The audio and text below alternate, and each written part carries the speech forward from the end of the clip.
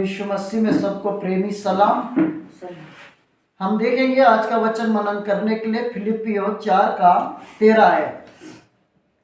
वहां पर स्पष्ट लिखा है 4:13 में, जो मुझे सामर्थ्य देता है उसमें मैं सब कुछ कर सकता हूं। ये पौलुस कहता है कि जो सामर्थ्य मुझे देता है उससे मैं सब कुछ कर सकता हूं। तो परमेश्वर चुने हुए लोगों को सामर्थ्य इसलिए देना चाहता है कि उसका सुसमाचार इस संसार में फैले, और जो लोग परमेश्वर की महिमा से अंचित है, मतलब दूर है, उन तक सुसमाचार पहुंचाना। तो यहाँ पर हम क्या देखते हैं कि यीशु मसीह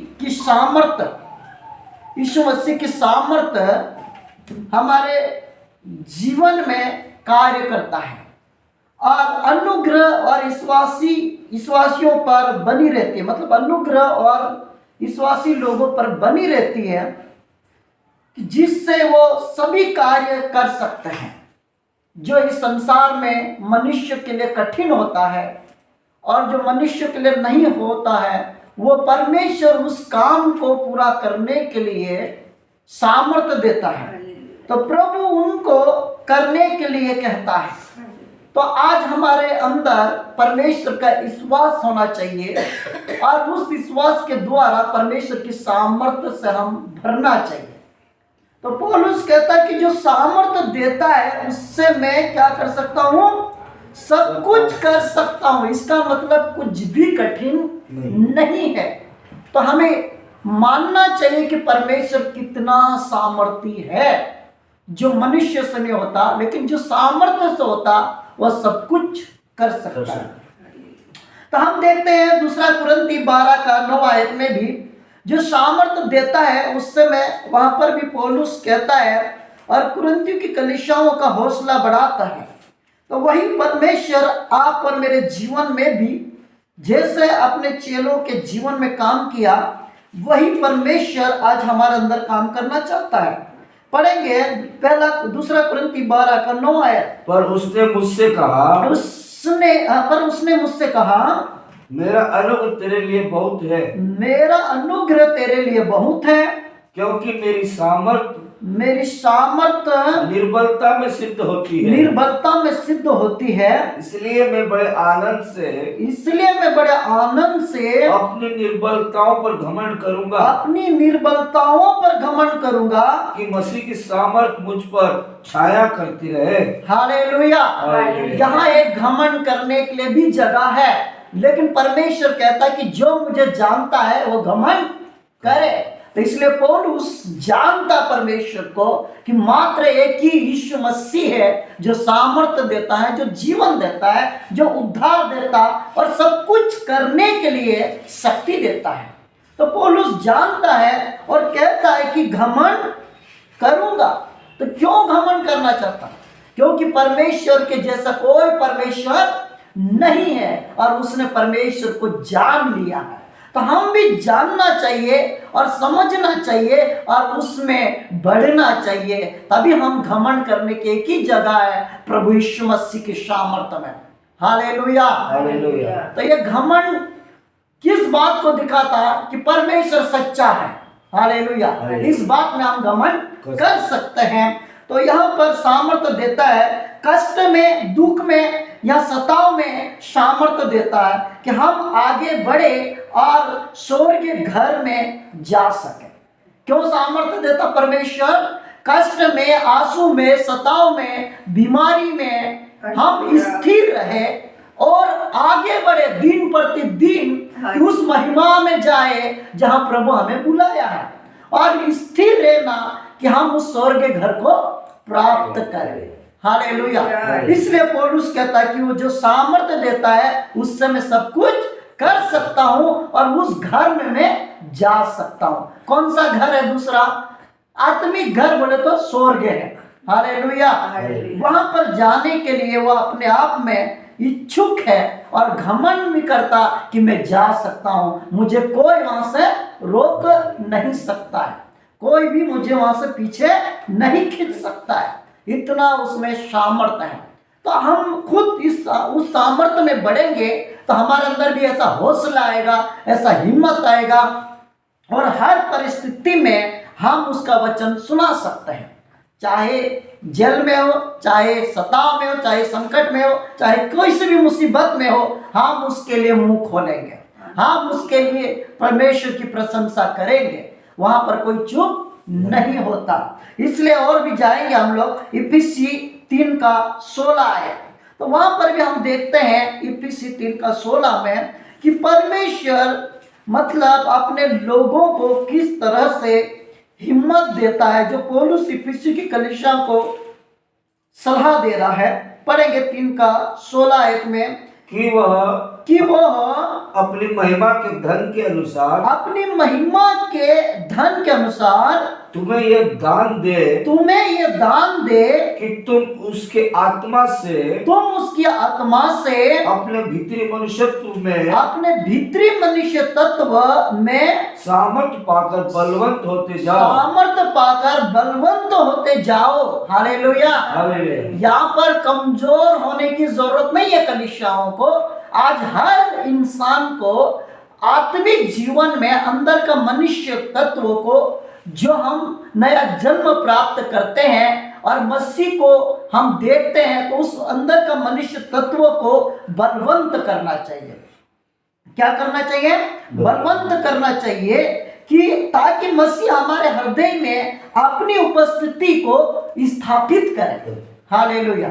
सामर्थ्य के द्वारा प्रभु यीशु मसीह उसकी उपस्थिति को हमारे जीवन में स्थापित करे, मतलब शासन करे, अधिकार चलाए, उसका हुकूमत हम पर होना चाहिए।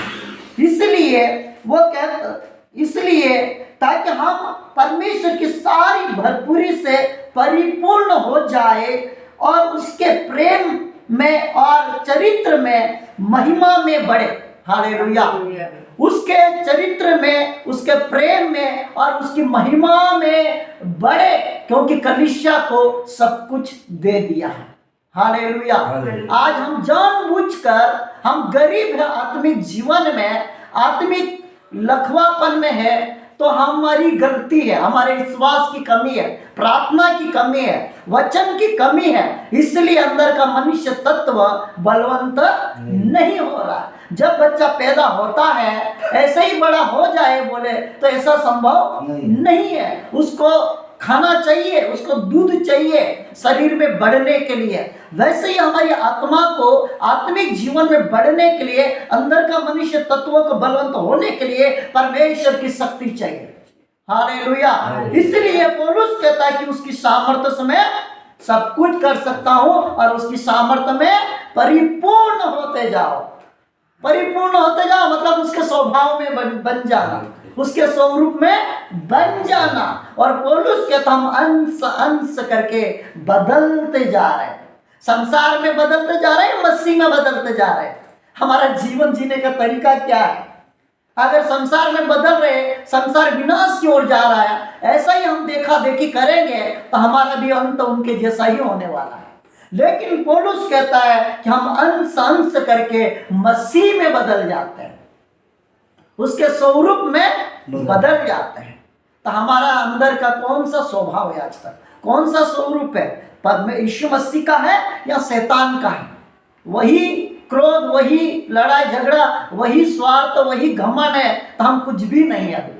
हमें अभी बढ़ने की जरूरत है, कबूल करने की जरूरत है। और देखेंगे हम लोग कुलिस्सी 1:11, तो यहाँ पर उसके प्रेम में और चरित्र में और महिमा में बढ़ना मेरे प्रियो।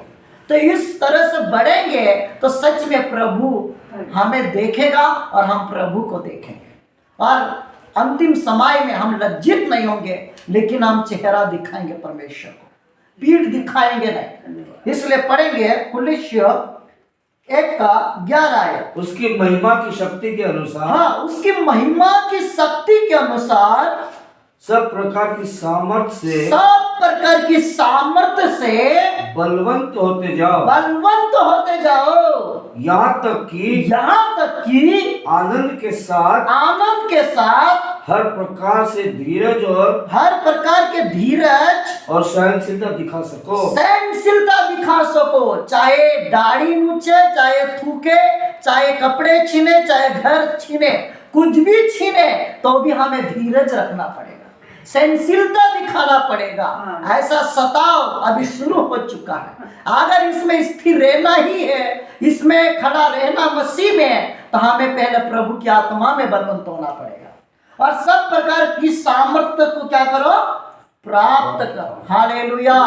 सब प्रकार का मतलब होता आनंद करते उतनी सामर्थ्य नहीं है, कष्ट और आंसुओं में भी स्थिर रहना और आनंद करने की सामर्थ्य होना चाहिए हमें। इसलिए इस वचन के अनुसार हम क्या देखते हैं कि उसके वचन में बने रहना चाहिए। क्या करना चाहिए? उसके वचन में बने रहना चाहिए। कितना भी सताव आया, कितना भी यीशु मसीह पर निंदा आए, कितना भी क्रूस का कष्ट आया, फिर भी वो पिता में बना रहा। वैसे ही हम भी वचन में बने रहना चाहिए। इसलिए हमें क्या चाहिए? यहाँ पर सामर्थ्य चाहिए, उसकी महिमा की शक्ति। हालेलुया। उसकी महिमा की शक्ति के अनुसार सब प्रकार की सामर्थ्य से बलवंत होते जाओ, यहाँ तक कि आनंद के साथ हर प्रकार से धीरज और सहनशीलता दिखा सको। तो कहां पर धीरज रखना है, कहां पर सहनशीलता दिखाना? सताव में सहनशीलता दिखाना, नम्रता और धीरज दुख में होता है। हालेलुया। जैसा अय्यूब ने दुख में धीरज रखा, वैसे ही हम दुख में धीरज रखें और सताव में सहनशीलता बने, अपने आप को नम्र करें। हालेलुया। अगर ये स्वभाव है तो ये दुनिया हमें मसीह के प्रेम से अलग नहीं कर सकती है, क्योंकि ये सामर्थ्य है इतनी, उसमें हमें चलने के लिए ताकत देता प्रभु। तो इसलिए आत्मिक ज्ञान को प्राप्त करें। क्या करें? इसमें आत्मिक ज्ञान को प्राप्त करें। तो ज्ञानी लोग चट्टान पर घर बनाते, बुद्धिमान लोग चट्टान पर घर बनाया और मूर्ख ने रेत पर बनाया। जैसा जैसा संसार में पीड़ाएं आएगी, संकट आएगा और सताव आएगा और बीमारियां आएगा, लोग बदलते चले जाएंगे, वो बदल जाएंगे। कब तक जय यीशु बोलेंगे, कब तक दान दशवांश देंगे, कब तक दुआ करेंगे, कब तक चर्च जाएंगे? अब तक छोड़ो, अब तो मरो। क्या करेंगे? थक जाएंगे लोग। लेकिन जो सहनशीलता दिखाएंगे, जो धीरज रखेंगे, सच में वही लोग परमेश्वर में वहां चमकेंगे। वही लोग, उन्हीं लोगों के अंदर परमेश्वर अपनी महिमा प्रकट करेगा, उनको ही परमेश्वर शक्ति देगा। तो आत्मिक ज्ञान को प्राप्त करें और प्रभु को प्रसन्न करने वाला जीवन व्यतीत करना। क्या करना है? प्रभु यीशु मसीह को प्रसन्न करने वाला जीवन जीना चाहिए। अगर ऐसा जीवन नहीं जीते तो हम शैतान को पसंद करते हैं। किसको प्रसन्न करते हैं? शैतान को। जो प्रभु यीशु को खुश नहीं कर सकते, वो शैतान को खुश करता है, और जो प्रभु को खुश करता है वो शैतान को रुलाता है, शैतान को कुचलता है। तो हम किसको प्रसन्न करने वाले हैं? यीशु मसीह ने किसको खुश किया? शैतान को कि परमेश्वर को? तो परमेश्वर, यीशु मसीह में सारा ज्ञान है, सारी महिमा है, सारी सामर्थ्य की भरपूरी है। वही सामर्थ्य आज हम में होना चाहिए, तभी हम आगे बढ़ सकते हैं। तो मसीह के लिए फल लाए। किसके लिए फल लाए? मसीह के लिए फल लाए। क्या फल लाना? एक आत्मा को प्रभु के राज्य में लाना, और दूसरी बात है आत्मा का फल हमारे अंदर होना चाहिए। दो प्रकार का फल है, आत्मा का फल है और दूसरा फल लाना। बोले तो जो परमेश्वर की महिमा से दूर है, उन लोगों को बचाना है। तो हमें समझना है, फल लाओ। तो कैसे फल लाएंगे? जब हमारे अंदर प्रभु का स्वभाव होगा, तभी तो हमारे अंदर उन लोगों पर तरस आएगा कि हम उनको बचाए, उनको सुसमाचार सुनाए, उनको गलत मार्ग से सही मार्ग में लाए। तो पवित्र आत्मा द्वारा धार्मिकता, मतलब आत्मिक रूप से क्या करना चाहिए? शक्ति में बलवंत होना चाहिए। आत्मिक जीवन में आत्मिक रूप से परमेश्वर की शक्ति में बलवंत होना चाहिए और शक्तिशाली बनना चाहिए, क्योंकि प्रभु हमें यहाँ पर कमजोर होने के लिए नहीं कहता, बलवंत होने के लिए कहता, शक्तिशाली होने के लिए कहता, क्योंकि शैतान का काम नष्ट कर सके। हालेलुया। तो इसलिए हमें दिन प्रतिदिन देखना है। पहला तीमुथियुस 1:12 में जाएंगे, वहां पर भी यहाँ पर भी पौलुस कहता है, तीमुथियुस के द्वारा पत्र लिखकर पढ़ेंगे। पहला तीमुथियुस 1:12, मैं अपने प्रभु मसीह यीशु का जिसने मुझे सामर्थ्य दी है धन्यवाद करता हूं कि उसने मुझे विश्वास योग्य समझकर अपनी सेवा के लिए ठहराया। हालेलुया। यहाँ पर कहता है कि मुझे विश्वास योग्य समझकर अपनी सेवा के लिए ठहराया है।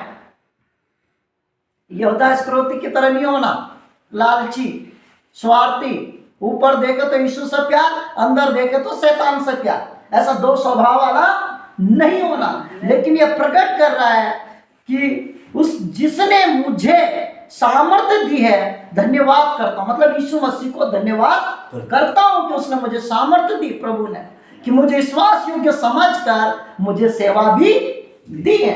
तो जो सेवा दिया है उसमें हमें लगे रहना चाहिए, चाहे कोई सी भी सेवा हो, प्रार्थना में हो, दान दशवांश में हो, भलाई करने में हो, दया करने में हो, तरस खाने में हो। कई प्रकार की सेवा का एक स्वभाव होता है, एक मार्ग होता है जो प्रभु अपने अनुग्रह के द्वारा उनको तैयार करता है। तो पौलुस को तैयार किया सुसमाचार सुनाने के लिए और सेवा सौंप दी है। तो वही परमेश्वर हमारे जीवन में काम करना चाहता। तो देखते हैं अभी और भी हम कि परमेश्वर कितना बड़ा काम करता हमारे जीवन में। तो हमें सोचना चाहिए, समझना चाहिए कि प्रभु हमारे जीवन में बड़ा काम करे।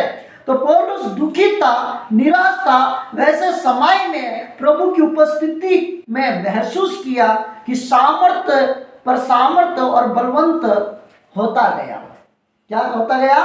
कमजोर था, निराश था, दुखी था, वैसे समय में वो बलवंत होता गया।